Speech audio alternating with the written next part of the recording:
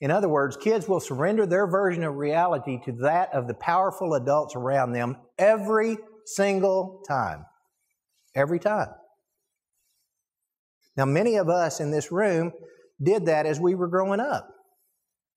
You know, one of the things that Pia Melody talks about is she says that between the ages of birth and 2 years old, we're about as perfect as we're ever going to be. Then between the ages of 2 and 6, we find ourselves in this deal called a family. And we start trying to figure out, where do I fit in? Who are these people? What are the rules here? You know, how does this thing operate? And most of us grew up in dysfunctional households. And so we kind of had some pretty weird rules going on, and we had to start figuring out, how do we make this work? Okay? So between the ages of 6 and 17, we start using maladapted behaviors to deal with the insanity of our reality.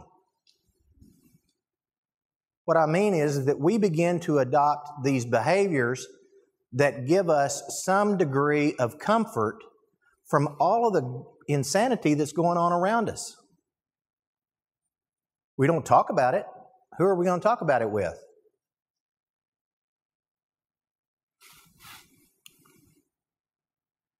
To live in accord with truth doesn't mean living in accord with any dogma unless that dogma resonates with you so fully and accurately as an expression of your own truth that you feel completely and fully encompassed by it and understood in it. How many times have you guys ever heard something, you know, listening to a program or listening to a speaker or listening, you know, or reading a book? You know, happens a lot for me when I read a book.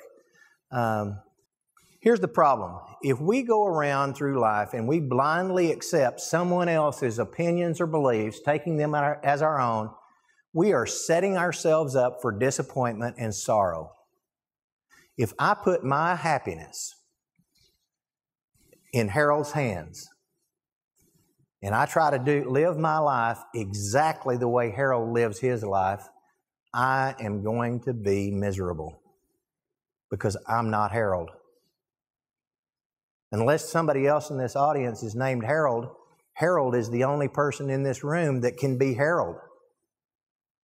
I can't be Harold. Harold has to be Harold. David has to be David. Nicole has to be Nicole. We have to be ourselves. We cannot be anything other than that. But if we don't examine another person's viewpoint, if we don't look at it from all aspects, in light of our own experiences and abilities, we place that control of our happiness and sorrow in someone else's hands. Did I mess that up on that last slide? We set ourselves up for disappointment and heartache. Okay, same thing. See, we've got to, there are a lot of people out there that have opinions. Everybody's got one. Y'all know the joke about that. Everybody's got an opinion. Doesn't mean they're all right, but everybody is entitled to have their own opinion. But just because you have an opinion about a particular thing doesn't mean I have to share that opinion. As a person, I get the opportunity to have my own opinion about things. I get to establish my own truth. Buddha said it best, believe nothing no matter where you read it or who has said it, not even if I've said it, unless it agrees with your own reason and your own common sense. We spend so much time in this country letting other people think for us. We don't read anymore. We've got an entire generation of teenagers right now that don't do anything except to do this all day.